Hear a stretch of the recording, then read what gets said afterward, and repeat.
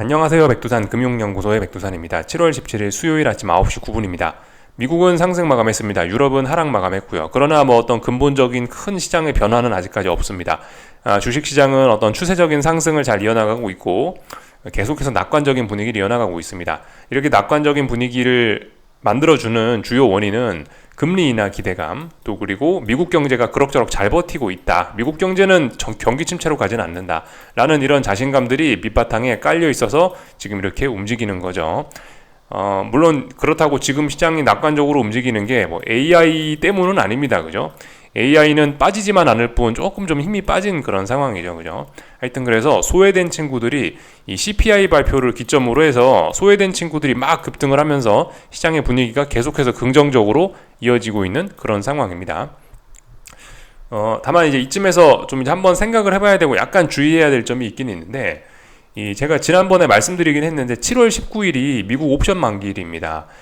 그리고 이제 제가 알기로 아마 같은 날일 거예요. 7월 19일이 미국 변동성 지수 빅스 선물 만기일이기도 합니다. 그래서 이런 파생 상품의 만기일 부근에는 변동성이 한번 출렁출렁 터질 수 있다라는 거를 좀 우리가 가볍게 일단 경계는 해야 되겠습니다.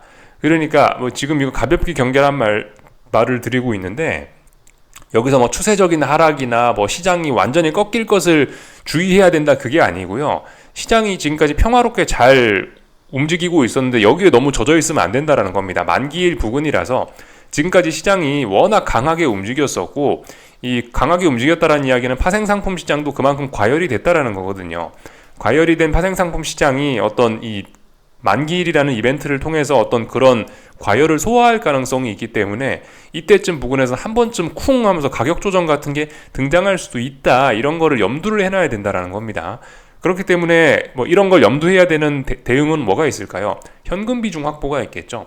예를 들어서 나는 지금까지 중장기적인 상승 추세를 추종해서 많이 먹어왔다. 나는 지금까지 수익을 많이 냈다. 아직도 주식을 많이 들고 있는데 어떻게 해야 되냐? 주식 비중을 줄이셔야죠. 그죠? 그게 정석적인 대응일 거고, 혹은 여기서 이제 한번 쿵 빠지면은 그럼 눌림시 매수를 해야지. 이게 정석적인 대응일 겁니다. 여기서 조정이 한번 나올 수 있으니까 난 여기서 하방 베팅을 하겠다. 아래쪽으로 베팅해서 먹겠다. 매우 위험한, 보편적이지 않은 그런 투기적인 전략이 될 수가 있겠습니다. 추세적인 상승장이기 때문에 말씀드렸다시피 부자는 망해도 3대는 간다고 하지 않습니까? 그죠? 얘가 설마 추세적으로 죽는다 하더라도 워낙 강했었기 때문에 이 추세적으로 이게 죽나 안 죽나 이렇게 여러 번 확인을 거친다고요. 여러 번 확인 거친 뒤에 하방 베팅을 해도 늦지 않은 겁니다. 그래서 말씀드렸다시피 그죠? 지금은 그냥 현금 비중을 적당히 조금 늘려놓는 게 이게 이제 어떤 정석적인 대응이 될 수 있겠다라는 겁니다. 그래서 일단 만기일과 관련된 이벤트 우리가 좀 기억해야 되겠다 싶어서 말씀을 좀 드렸고, 참고로 이와 관련해서 이미 파생상품 시장이 좀 움직이고 있습니다. 제가 어제도 이미 보여드렸던 데이터긴 한데, 이 변동성을 추종하는 그런 ETF거든요. 이 변동성 추종하는 그런 ETF들이 지금 보시면 슬슬 살아나고 있습니다. 대략적으로 이제 이 정도 가격에서 5일선을 기준으로 해서 이 정도 가격에서 일주일 동안 하나 둘 셋 넷 다섯 여섯 하나 둘 셋 넷 다섯 여섯 일곱 7거래일 동안 어느 정도 하방 경직성을 만들어 놨거든요. 이게 이런 상품은 말씀드렸다시피 이게 시간 가치가 있는 상품이라 갖고 그냥 시간이 지나기만 하면 줄줄줄줄 죽어내리는 상품인데, 얘가 이렇게 일주일간 버텼다라는 거는 매수세가 있다라는 거고 한 번쯤 튀어오를 수 있다라는 거를 의미합니다.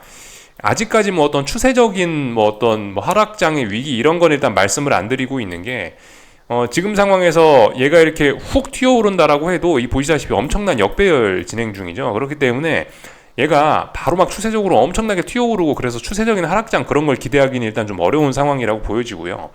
얘가 추세적으로 이렇게 좀 움직여 주려면은 예를 들면 이런 모습이 조금 좀 필요할 것 같습니다. 지금 보시는 이런 모습은 어떤 지난번에 추세적으로 상승하기 전의 모습인데, 어느 정도 이런 이평선들의 기울기가 거의 펴졌을 때, 지금은 이평선들이 어땠죠? 아래쪽으로 쭉쭉쭉쭉쭉 내리꽂고 있는 역배열이었잖아요. 근데 이런 이평선들이 이렇게 아래쪽으로 내다꽂는 게 아니고 거의 평평하게 펴졌을 때, 또 우리 이평선들끼리 좀 많이 수렴을 했을 때, 이렇게 에너지가 많이 모여있을 때, 이런 때가 위험한 거고요. 이럴 때가 추세적으로 이제 빅스가 튀어오르면서 시장이 박살날 수 있는 그런 케이스고, 그리고 이렇게 보시다시피 쌍바닥 이런 걸 만들지 않습니까? 똑같습니다. 일반 주식하고 이렇게 쌍바닥을 만들면서 하방 경직성을 두건이 확인할 때, 이러면서 이제 어떤 전고점을 넘어가는 어떤 강한 장대 양봉을 보인다면 추세적으로 이렇게 상승이 되는 거겠죠. 근데 지금 같은 경우는 일단은 뭐 물론 이 시장이 확률적으로 움직이기 때문에 어떻게 될지 모르는 거지만 일단은 그 어떤 그런 추세적인 시장의 하락 가능성은 일단 아직까지는 낮다. 왜냐하면 쭉쭉쭉쭉쭉쭉 일단 아직까지는 잘 죽고 있기 때문에. 다만 이제 한 번쯤 튀어 오르려고 하는데 단기 바닥의 가능성 정도, 통상적으로 21선이나 혹은 뭐 61선 정도 한 번은 터치할 수 있을지 모르겠습니다. 빅스 선물, 빅스 선물 지수 이거 ETF 기준으로는요 한 번쯤 뭐 튀어 오를지도 모르겠어요. 그렇지만 튀어 오르면 다시 한번 죽는다라고 일단은 보는 게 맞을 것 같습니다. 얘가 계속 추세적으로 올라간다, 아직 그걸 생각하기는 좀 어려울 것 같습니다. 그래서 일단 선물 만기와 관련해서, 옵션 만기와 관련해 가지고 한 번쯤 좀 출렁할 수 있는 가능성 정도 생각하자 이겁니다. 이 정도 말씀을 좀 드리면 될 것 같고, 다만 근데 주식 시장에는 당장 눈에 띄는 어떤 급락의 신호는 없습니다.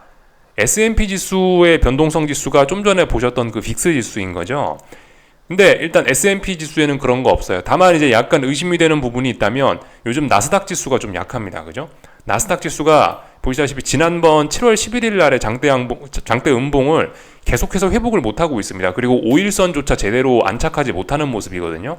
그렇다면 나스닥 지수는 한 번쯤 가격 조정이 한 번쯤 쿵 쏟아질 수도 있는데, 나스닥 지수가 쏟아진다라고 해도 지금 러셀 지수가 강하고 S&P 지수 이런 게 강해갖고 과연 S&P가 쿵 떨어지면서 빅스가 올라올 수 있을까 좀 의심은 좀 들긴 드는데, 아무튼 그 옵션 만기와 관련해가지고 다소 좀 주의할 필요는 있겠습니다. 제가 지난주인가 지지난주인가 데이터 하나 보여드린 게 있어요. 통상적으로 이제 미국 증시는 역사적으로 어떤 통계를 내보면 7월 17일 날이 어떤 그 단기적인 고점 혹은 중기적인 고점을 만들었을 가능성이 높은 날이라고 합니다. 옵션 만기와 관련해서. 그리고 이때쯤 만들어 놓은 이 증시의 고점을 보통 이제 다시 극복하는데 한 달이 넘게 걸린다는 그런 통계가 있습니다. 그래서 이런 거를 생각해 보시면 어쨌든 지금 한 번쯤 콩 떨어질 수 있는 그런 조정을 좀 유의해야 될 때가 아닌가 싶은 생각이 있습니다. 그래서 이제 그런 점을 경계해야 되기 때문에, 또 그리고 지금 시장이 좀 많이 올랐기 때문에 현금 비중은 일단 어느 정도 좀 갖고 있는 게 좋고, 그 정도 일단 가벼운 경계는 하자 이겁니다. 저거에 말씀드렸다시피 저걸 먹기 위해서 하방 베팅하고 그런 거는 아니라고요. 그런 거는 정석은 아닙니다. 매우 위험하고요. 그래서 일단 그 옵션 만기와 관련되는 이야기를 좀 드려봤고요. 어제 밤에 있었던 일들 조금 좀 더 이야기를 하자면은 이 소매 판매 지표가 발표가 됐습니다. 소매 판매가 예상보다 훨씬 좋았어요. 예상치가 0.1이었는데 0.4 나오고 마이너스 0.3이 예상치였는데 플러스는 아니고 그냥 0이 나왔죠. 그러니까 일단 미국 경제는 예상보다 튼튼하다라는 겁니다. 생각보다 미국 경제가 좋다. 지금 시장에서 우려하는 거는 뭐죠? 미국 경제에 대한 우려입니다. 금리 인하를 할 거야 라는 생각은 거의 사실로 굳어졌습니다. 왜냐하면 이제 9월달이 코앞이기 때문에. 그래서 금리 인하는 경제 지표가 어떻게 나오든 간에 하긴 할 거야 라는 생각을 시장이 갖고 있기 때문에, 지금 같은 경우는 저렇게 소매 판매 지표가 예상보다 좋아도 이것이 금리 인하 기대감 금리 인하 기대감이 없어진다라고 볼 수가 없습니다. 그래서 일단 지금은 말씀드렸다시피 그죠? 경제 지표가 좋은 것이 시장의 호재로 작용을 하고 있는 그런 모습입니다. 그래서 미국 경제가 좋아지면서 금리 인하까지 하면 너무나 좋겠다라는 생각을 하면서 주식시장은 좋아했습니다. 다만 이제 그죠? 이 금리가 인하된다, 또 경제가 좋다라는 논리는 지금 상황에선 AI와 나스닥에 좋은 게 아니고 평상시에 소외됐던 고금리에 고통받던 친구들이 올라가는 그죠. 소외되던 친구들이 올라가는데 더 우호적인 내용으로 작용을 할 수가 있습니다. 그래서 요즘에 지난주쯤부터 해갖고 CPI 발표되고 나서부터 계속 AI 친구들이 좀 소외가 되고 있고, 평상시에 소외되던 러셀 지수가 대폭등을 하고 있지 않습니까? 그죠? 이런 흐름이 어젯밤에도 그냥 계속 이어졌다라고 보시면 되겠습니다. 그래서 러셀 지수는 정말 아찔할 정도로 많이 오르고 있고, 나스닥은 정말 서운해갖고, 나스닥은 이제 급락 나오는 게 아니야? 이제 급락 폭락하는 게 아니야? 라는 그런 우려가 나올 정도로 좀 소외가 되어 있는 모습입니다. 하지만 AI 친구들이 그렇다고 급락 폭락한다 라는 그런 신호는 없습니다. 아직까지는 비교적 건강합니다. 근데 좀 위험해 보일 뿐입니다. 이제 왜냐하면 탄력적인 상승을 보여줘야 되는데 AI 친구들도 너무 오랫동안 부진했기 때문에 하락 에너지가 누적되고 있는 모습들이 좀 눈에 띄거든요. 제가 좀 전에 말씀드렸던 옵션 만기와 더불어서 AI 친구들이 가격 조정이 좀 세게 나올 가능성을 일단 좀 열어놔야 될 것 같습니다. 그래서 일단 어쨌든 뭐 가격 조정의 가능성 정도 일단 생각은 염두는 좀 하고 있어야 되겠다고요. 그래서 일단 이 정도 내용을 좀 살펴봤고, 오늘 이벤트 오늘 낮에 ASML 실적 발표 있습니다. ASML 반도체 기업인데 노광장비 주문 급등으로 노광장비 주문 급증으로 전망치 상향 기대라고 나와 있습니다. 그래서 일단 지금 시장 분위기가 사실 AI 친구들 요즘에 이제 증시 흐름은 좀 안 좋지만 주가 흐름은 안 좋지만은 그래도 이 반도체와 AI에 대한 잔잔한 기대감은 분명히 아직 살아는 있거든요. 그렇기 때문에 일단 이런 좋은 기사들이 나오고 있긴 합니다. 오늘 어쨌든 그 ASML의 실적이 아마 한국 증시 마감할 때쯤 발표가 될 건데, 이거 한국 증시에도 좀 영향을 미칠 거고 미국 증시에도 좀 영향을 미칠 수 있습니다. 다만 근데 어젯밤에도 결과적으로 주가 흐름은 같았습니다. ASML 참고로 이게 주가인데, 물론 이제 그 미국 나스닥에 상장된 ADR 값이긴 한데, 아무튼 간에 ASML 주가를 보시면 이래요. 이거 어디서 많이 보던 그림 아닙니까? TSMC 주가도 비슷하거든요. 그러니까 사실 어쨌든 어제 저녁에 TSMC 주가 보면서도 말씀드렸고, 반도체 지수 보면서도 말씀드렸고, 엔비디아 보면서도 말씀을 많이 좀 드리긴 했었는데, 이게 지금 실적 발표를 앞두고 저항이 누적되는 모습입니다.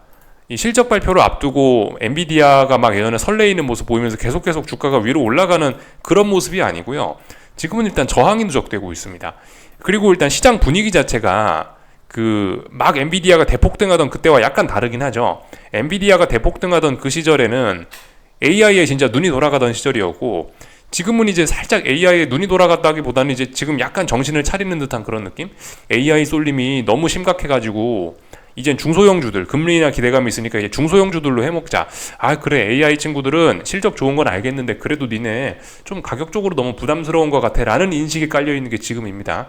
그래서 ASML조차 실적 발표를 앞두고 이렇게 좀 흐름이 좀 저항이 누적돼서 일단 별로 제 생각에 일단 이 흐름이 별로 좋아질 것 같진 않습니다. 이 실적 발표 이후에 얘가 대폭등을 할까? 일단 별로 그렇게 좋게 작용할 것 같진 않다라는 생각입니다. 이게 이런 세력들이 다 생각이 있을 거거든요. 이미 ASML 실적을 알고 있는 그런 세력들이 아마 이런 주가를 움직여 놨을 텐데, 뭔가 일단은 이 실적 발표 이후에 주식을 팔아먹으려는 게 아닌지라는 우려가 조금 좀 있긴 있습니다. 말씀드렸죠, 그죠? TSMC도 말씀드렸습니다.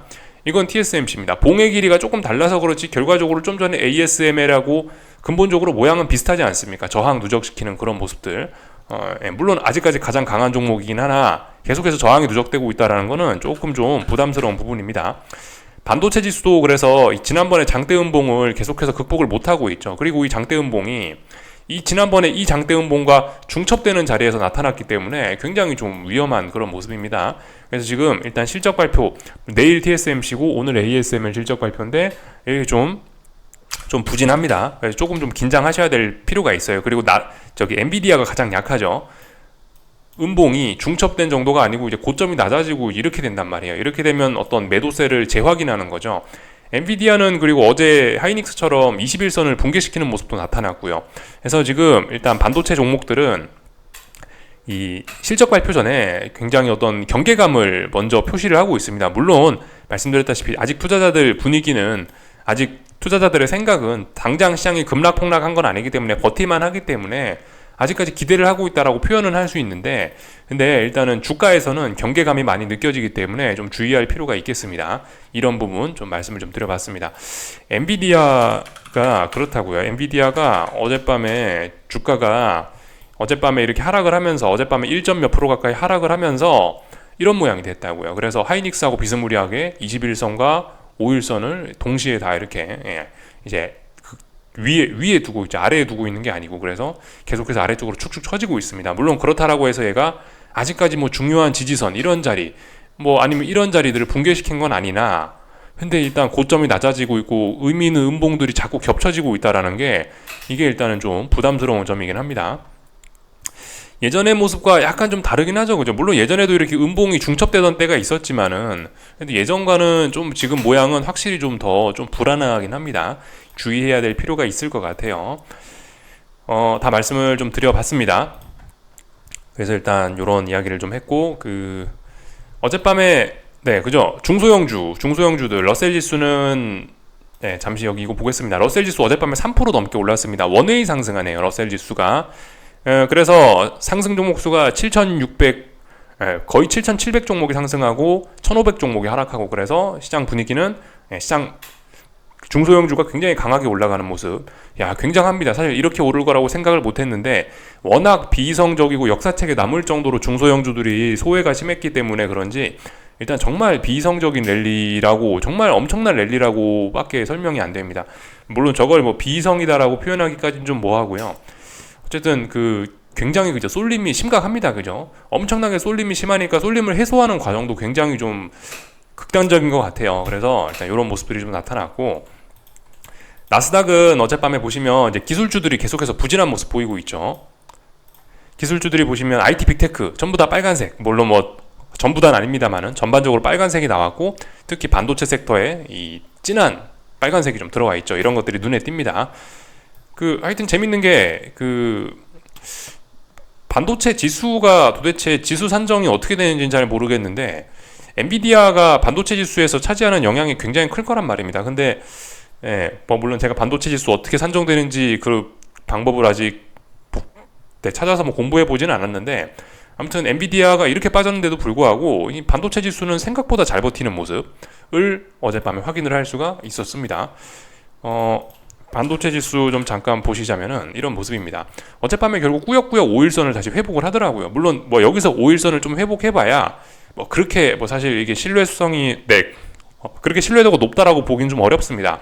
거래량도 좀 부진하고 이런 모습들이 또 보이고 있고, 여기 옆에 장대 음봉이 있고 해서 조금 좀 그렇긴 한데, 아무튼 반도체 지수가 어떻게 산정되는지는 잘 모르겠는데, 엔비디아가 그렇게 빠져도 보시다시피 어제 변동성 지수 플러스 상승 마감하면서 5일선 안착했죠.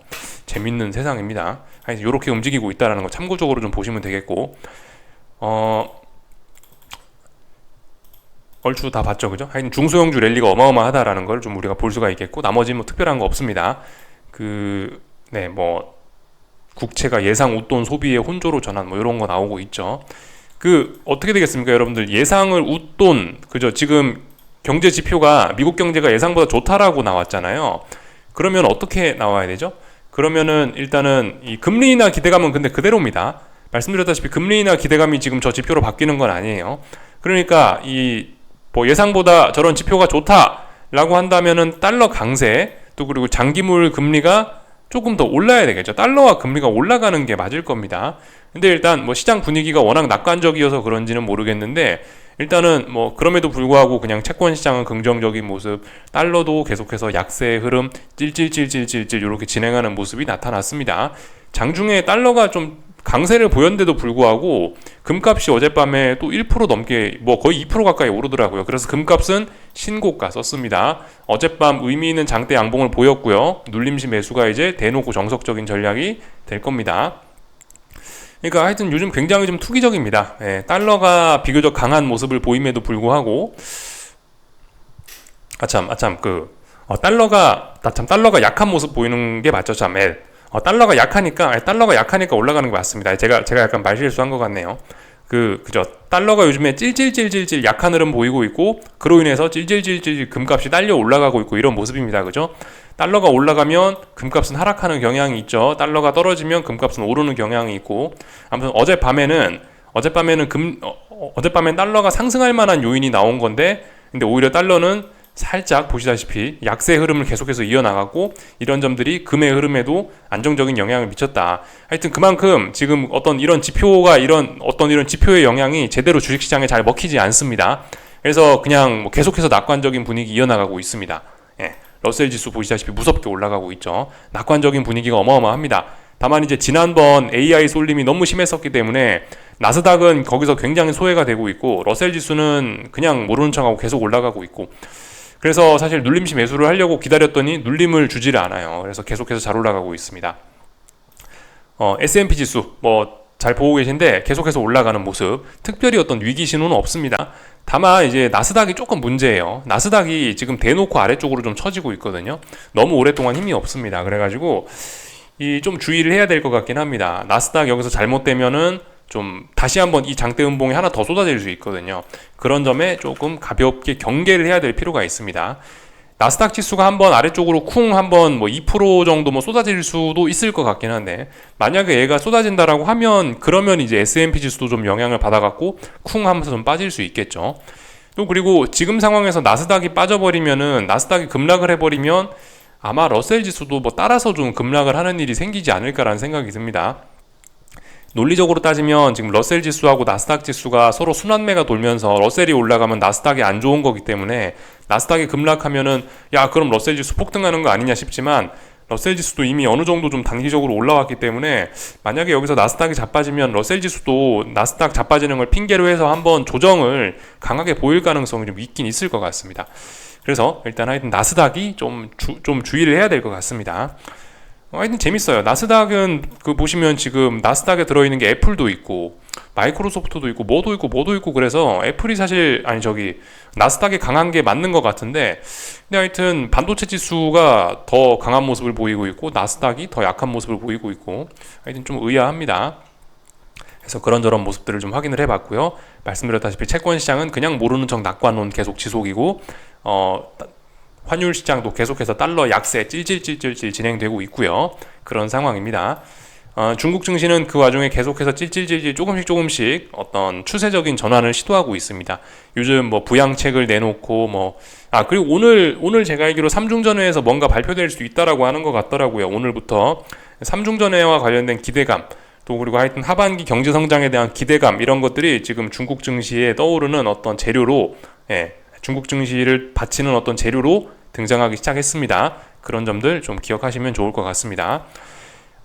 미국 그 소매 판매 지표가 좋았다, 그런 건 사실 중국 증시하고는 뭐 물론 영향이 있겠죠, 그죠? 중국 증시에도 영향이 있을 텐데, 사실 중국 증시는 요즘 그런 거에 영향은 좀 잘 받지 않는 듯한 느낌입니다. 중국 증시도 그냥 뭐 어쨌든 야 미국 금리 인하하면 됐지, 미국 금리 인하하면 좋을 거야 라는 기대감을 갖고 그냥 중국 증시도 그렇게 움직인다라는 생각이 듭니다. 전반적인 내용 다 봤고요. 유럽 증시는 어젯밤에 빠지다 올라왔습니다. 독일 증시 때 좀 빠지다 올라왔어요. 어쨌든 이 우상향 이거를 꺾을 생각은 없어 보입니다. 아직까지는요. 눈에 띄는 위험 그런 거 잘 보이지 않는다 말씀드렸고, 그죠? 변동성 지수 찔찔찔찔찔 올라가고 있다고요. 이게 빅스 선물이 지금 이제 아마 내일인가가 만기일일 텐데, 만기일이 되면은 이 선물 가격상 이게 한번 확 튀어 오른다고 그렇게 표시가 됩니다. 그죠? 그래서 그런 점들 때문에 빅스도 이 빅스 선물 만기일 부근에 한번 튀어오르는 경우가 있으니까 그런 거를 좀 가볍게 경계 정도는 해야 된다. 너무 지금 시장의 긍정적인 분위기에 같이 젖어서는 안 된다 이겁니다. 다 말씀을 좀 드린 것 같고, 그 한국 증시 이제 보면 되겠죠? 한국 증시 똑같습니다. 한국 증시요. 코스피는 아직까지 강합니다. 왜냐하면 반도체가 아직 대놓고 죽진 않았으니까, 그죠? 미국 증시에서 반도체가 급락폭락을 맞은 게 아니니까 버팁니다. 반도체 시세들이 아직 사실 완전히 죽은 건 아니라서 AI들의 쏠림이 완화가 되고 있긴 있는데, AI 혹은 AI나 반도체 이런 친구들 중에서 못 오른 친구들 위주로 지금 이제 어떤 잘 못 올랐던 대형주 위주로 지금 매수세가 좀 있는 것 같아요. 그래서 코스피는 어쨌든 계속 강한 모습, 코스닥은 코스피가 죽기 전까지는 계속해서 좀 답답할 수 있을 것 같습니다. 오늘 지금 찔끔 올라오고 있지만 이런 거는 아무 의미가 없습니다. 최소 다시 5일선을 돌파한 척 한다든가 이런 모습들을 좀 봐야 될 겁니다. 그 코스닥이 좋아지려면은 2차전지나 아니면은 HLB 같은 그런 제약바이오 종목들이 올라야 될 겁니다. 근데 일단 그런 걸 기대하기는 아직까지는 좀 어렵죠. 왜냐하면 오늘도 삼성전자가 머리를 들고 있잖아요. 그렇기 때문에 오늘도 조금 좀 어려울 수 있을 것 같기도 하고, 코스닥은요. 보시다시피 안 그래도 어제 삼성전기가 급등을 했더라고요. 7% 넘게 급등했더라고요. 삼성전기는 사실 이런 거 좀 빨리 발견했으면 먹을 수도 있는 건데, 지금 여기가 이제 중요했던 전고점이죠. 전고점을 보시다시피 지지하면서 다시 이 랠리를, 어떤 신고가 랠리를 이어나가는 모습인데, 그러니까 이런 종목들을 해먹고 있기 때문에 지금 코스닥이 좀 힘을 쓰긴 어려운 그런 장세인 것 같습니다. 보시다시피 삼성전기 이런 거는 일종의 물론 얘를 AI의 한 종목이다, 얘를 반도체의 한 종목이라고 보긴 조금 좀 어려울 수 있겠죠. 그죠? 얘를 직접적으로 삼성전기가 AI 테마주다 그렇게 보긴 좀 어려울 수 있을 텐데, 아무튼 삼성전자가 그 삼성전자가 대장이고 상대적으로 뭐 어쨌든 IT 부품 뭐 이런 거 중에서 좀 소외됐던 친구 아닙니까? 삼성전자가 몇 거래일 동안 10% 가까이 급등하는 사이에 얘는 박스권이었으니까 일종의 소외된 친구잖아요. 한동안 랠리에서 소외됐던 친구들이 지금 이렇게 찔끔찔끔 가고 있으니까 이런 거 해먹는다고 지금 코스닥으로는 좀 돈이 못 가고 있는 그런 게 좀 있긴 있습니다. 이런 종목들을 지금까지 계속 해먹고 있고, 하이닉스는 그죠, 영 좀 부진합니다. 조심해야 됩니다. 이런 거 급락도 쏟아질 수 있긴 있어요. 물론 오늘 ASML 실적 발표라 갖고 회복을 할 수 있을지도 모르겠습니다만은, 지금 말씀드렸다시피 이 선이 중요했는데 이거를 붕괴시키고 21선과 5일선조차 아래쪽으로 지금 향하고 있기 때문에, 지금 여긴 뭐죠? 고압의 에너지가 무지하게 많이 모여 있단 말이에요. 이게 위로 나오면 다행이지만 아래로 나오면은 또 결과가 무시무시할 수 있습니다. 그래서 이런 거 조심해야 된다라고 말씀드리고 있죠. 가야 될 때를 놓치면은 이렇게 될 수 있습니다. 그래서 좀 주의해야 된다 말씀 좀 드리고 있고, 하여튼 삼성전자 오르면 다른 종목들은 안 좋겠죠. 그래서 오늘 한국 증시는 그냥 뭐 답답하지 않을까. 그렇다라고 해서 시장이 급락폭락 그런 걸 이야기하기도 좀 뭐합니다. 그죠? 뭐 삼성전기 같은 게 저렇게 움직이고 있으니 급락폭락도 아니고 그냥 애매한 겁니다. 결과적으로 이거는 아직까지 기간 조정, 코스피 기간 조정, 지난번 급등, 삼성전자 폭등하면서 선물이 급등했었는데 이거에 대한 피로감을 기간 조정으로 잘 풀고 있는 그런 모습이고요. 얘가 아직 생명이 남아 있으니까 코스닥이 아직까지 비리비리하고 그런 모습입니다. 코스닥의 시간이 올지 안 올지 모르는데, 하여튼 코스닥의 시간이 오려면은 좀 시간이 좀 아직 한참 남은 것 같습니다. 환율은 계속해서 그냥 답답한 그런 구간에 있고, 그죠? 예. 여기까지 하겠습니다. 궁금한 거 리플 남겨주시고요. 오늘 저녁에 뵙도록 하겠습니다.